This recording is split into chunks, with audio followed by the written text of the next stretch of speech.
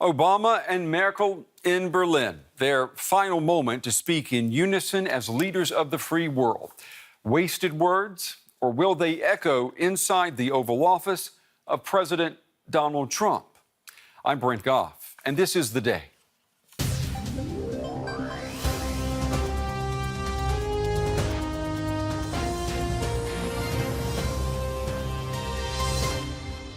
And my hope is that the president-elect coming in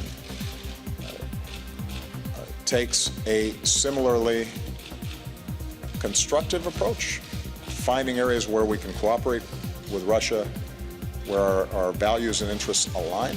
Of course, I will do my utmost to work well with the new president. But today, I would like to say thank you. Thank you for the good, friendly, strong cooperation. Well, thank you so much. It is wonderful to be back in Berlin. This is my 6th visit to Germany. It will not be my last. Welcome to the program, everyone. If Donald Trump can do it, so can I. The woman who wants the next stop of the Trump train to be her election victory in France. That's coming up later in the show. We begin the day with a thank you to Chancellor Angela Merkel and another tutorial for President-elect Trump. Barack Obama held his final press conference with German Chancellor Angela Merkel today here in Berlin. It was one very public display of affection, and it was mutual, both leaders standing side by side, their solidarity, sincerity, and similarities for the world to see. Now, watching and listening, it was immediately obvious that their cautionary comments, their words of wisdom, were mostly directed towards a man who was about to embark upon a crash course in geopolitics, diplomacy, globalization, and governing. We don't even remember his name being mentioned once today. I'm talking about Donald Trump. Our coverage begins with this report. The gloomy November weather did nothing to dampen the two leaders' spirits. At their meeting in the Chancellery, Obama and Merkel celebrated 8 years of collaboration. Obama praised the German Chancellor as an outstanding politician. He said if she were to stand for Chancellor once more, he'd be behind her. If I were here and I were German and I had a vote, I might support her. But I don't know whether that hurts or helps. This hard work of Obama also spoke of international crises, such as the war in Syria and relations with Russia. A message also directed at President-elect Donald Trump. Young people who forget. My hope is that the president-elect coming in takes a similarly constructive approach, finding areas where we can cooperate with Russia, where our values and interests align, but that the president-elect also is willing to stand up to Russia where they are deviating from our values and international norms. Chancellor Merkel paid tribute to the outgoing president as a partner she could depend on. She said even the NSA affair, which put German-American relations under heavy strain, could not spoil the good working relationship.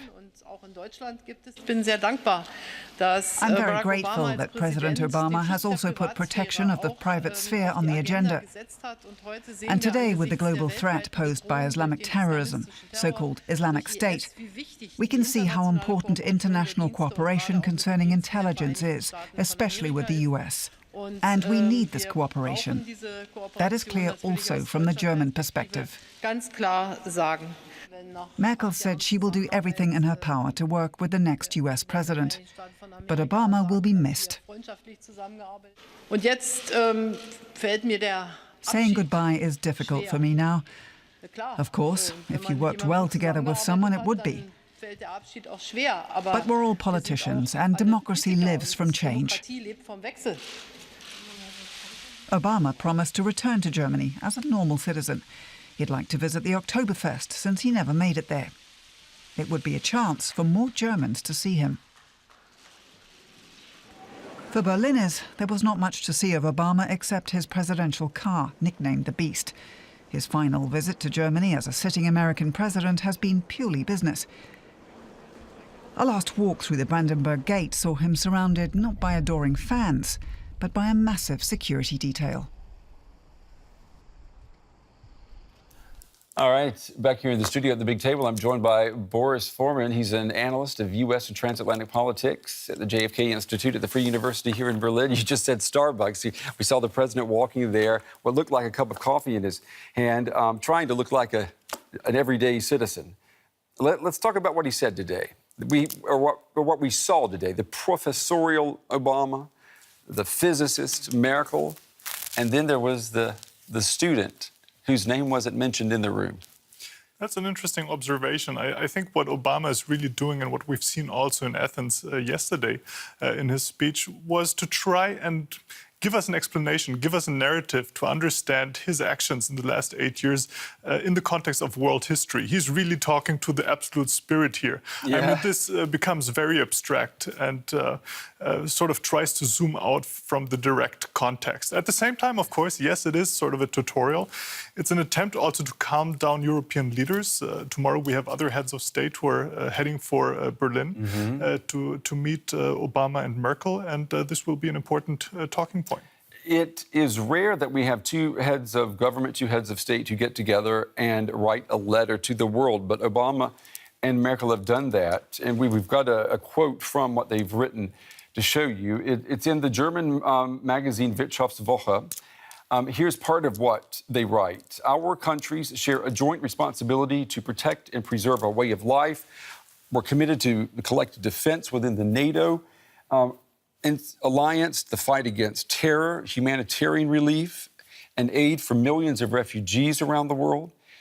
The U.S.-German partnership was essential to achieving a global agreement in Paris on climate change.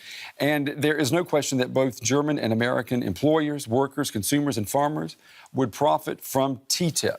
I mean, we've gone through all of the big issues there, the bullet points. Why is it necessary for them to put the obvious out there? Well, I think perhaps the most important reason is that the obvious is perhaps not quite so obvious anymore. What used to be common sense until very recently, that globalization was a good thing, that liberalization was a good thing. I mean, this is a mantra we have heard since at least 1989, since the fall of the wall.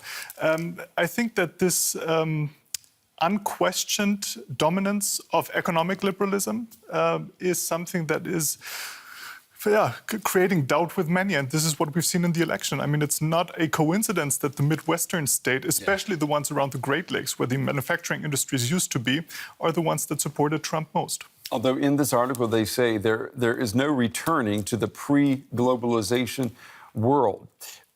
What about Angela Merkel? Is she taking the torch from Barack Obama for the free world? Is she actually taking the role that Hillary Clinton would have taken if she had won?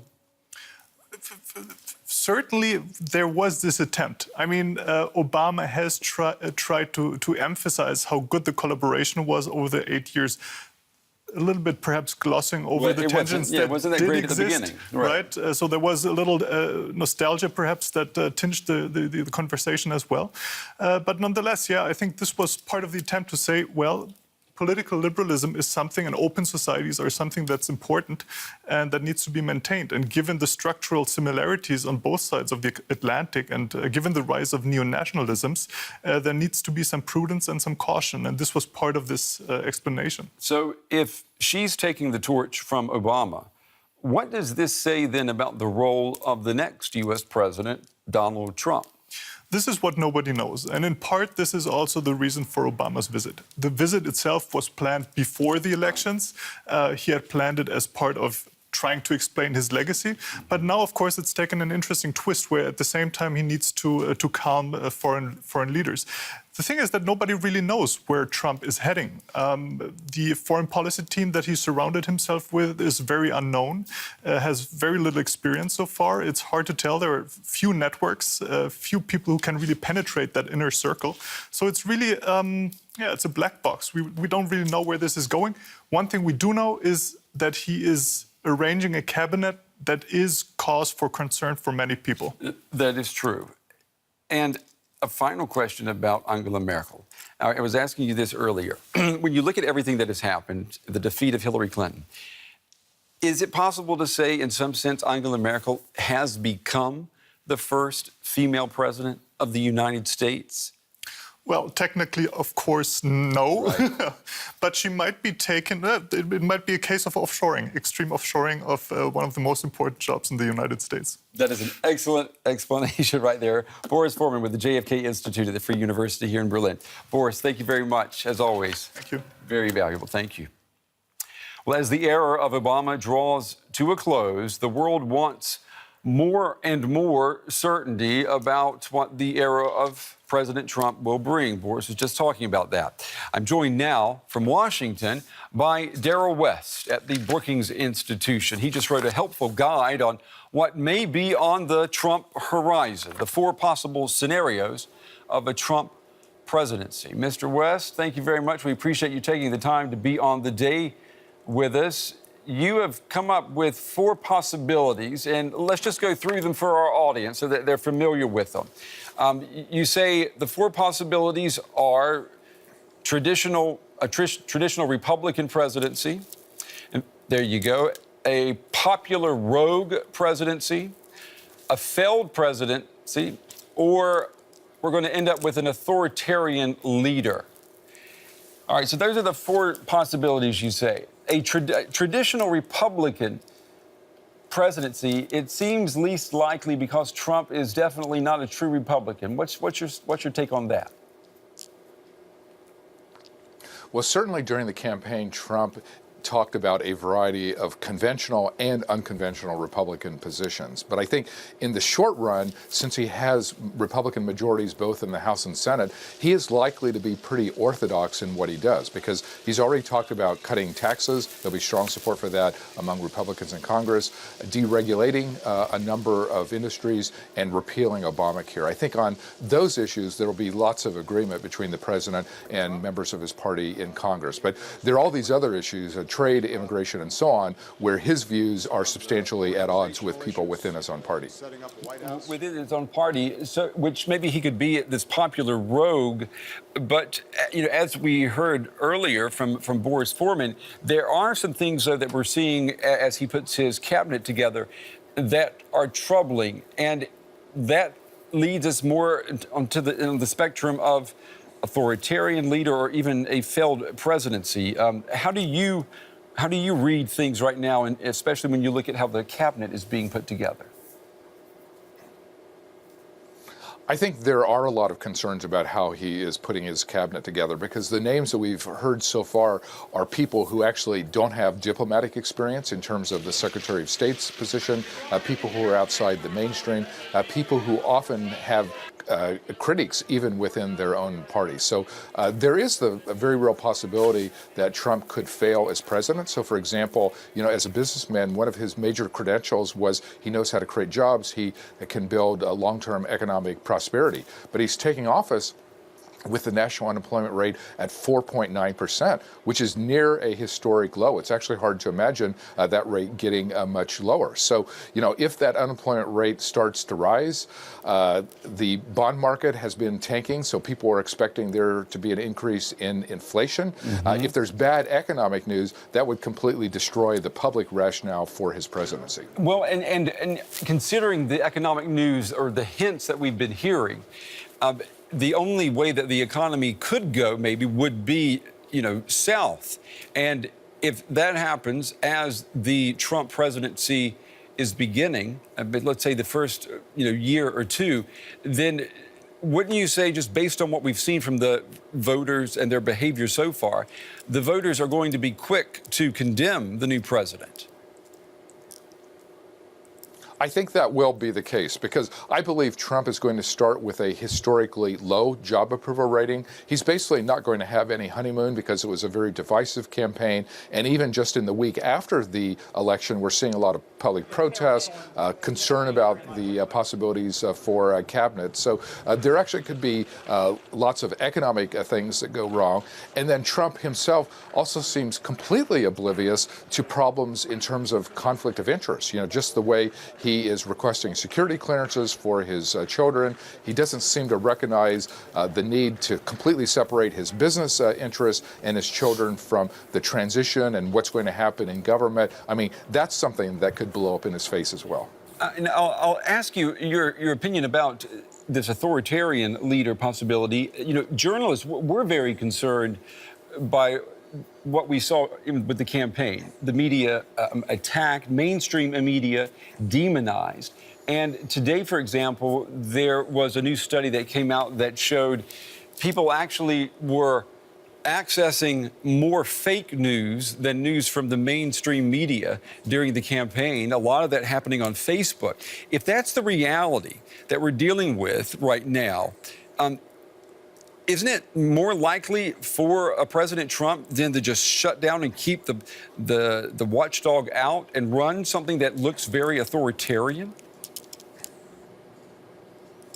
Well, that is a risk, and certainly that is something that concerns many Americans as we're seeing the start of the Trump administration. As you point out, he's already been extremely critical of the role of the news media and is starting to cut them out. He's still talking about the possibility of a special prosecutor to go after Secretary Clinton, even though that would violate a basic norm of the peaceful transfer of power in the United States. I think things to watch are, what he does with the Internal Revenue Service, which in the past has been used to harass opponents. Does he keep the current director of the FBI? Who does he appoint to head the Department of Justice? I mean, that's the agency in charge of prosecuting people. So I think we will get early signs if this is a path on which he chooses to walk down just from some of those early appointments. We've been talking a lot this week, particularly yesterday and today, about what President Obama and German Chancellor Angela Merkel, what they are doing for the world to see. They choose their words very carefully, for example.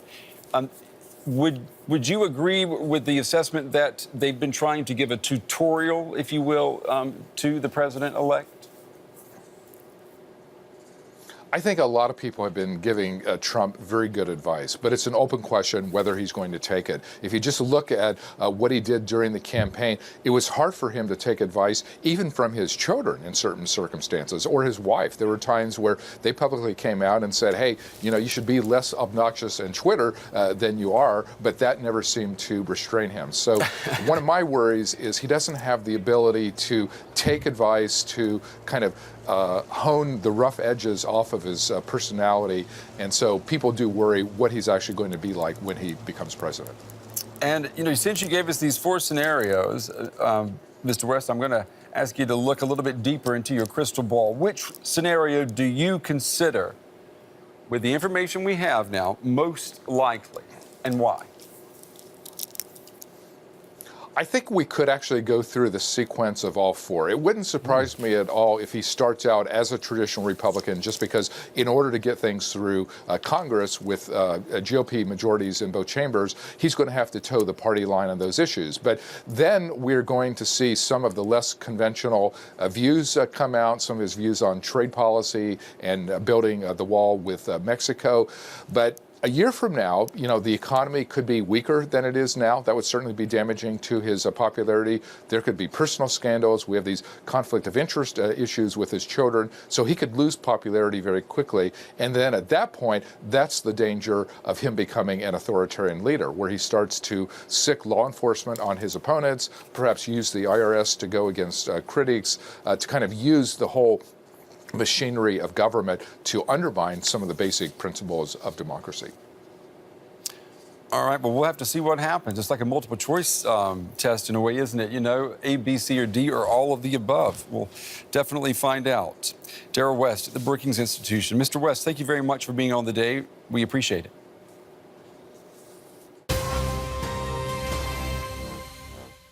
And since this is a time for presidential farewells and goodbyes, we were reminded today by a viewer that not only President Obama and Chancellor Merkel are saying so long to each other. Oh, no. You see, there are spouses involved in this as well. First Lady Michelle Obama and the Chancellor's husband, Joachim Zauer. Well, they've also gotten to know each other over the years. You see them here having a chat. And now we wonder what kind of cookies and cake the Chancellor's husband will use to win the affection of his new counterpart, the soon-to-be First Lady named Melania Trump. Well, we're almost finished with the day, but the conversation continues either at DW News or you can write to me directly at Brent Goff TV. Don't forget to use the hashtag the day. And as President Obama said at the top of the show, this is his 6th visit to Berlin, and he doesn't want it to be his last. He promised that. We're going to leave you now with a look back at some of the highlights of his previous trips, along with some of his memorable statements made right here in the German capital. We'll see you next time.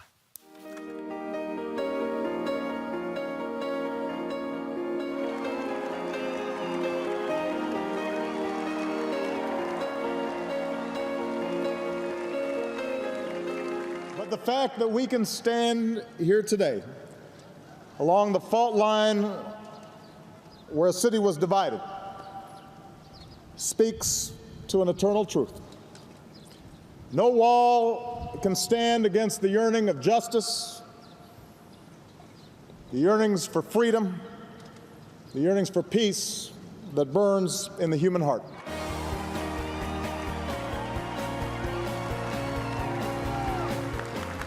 Well, thank you, Chancellor Merkel, for your leadership, your friendship, and the example of your life.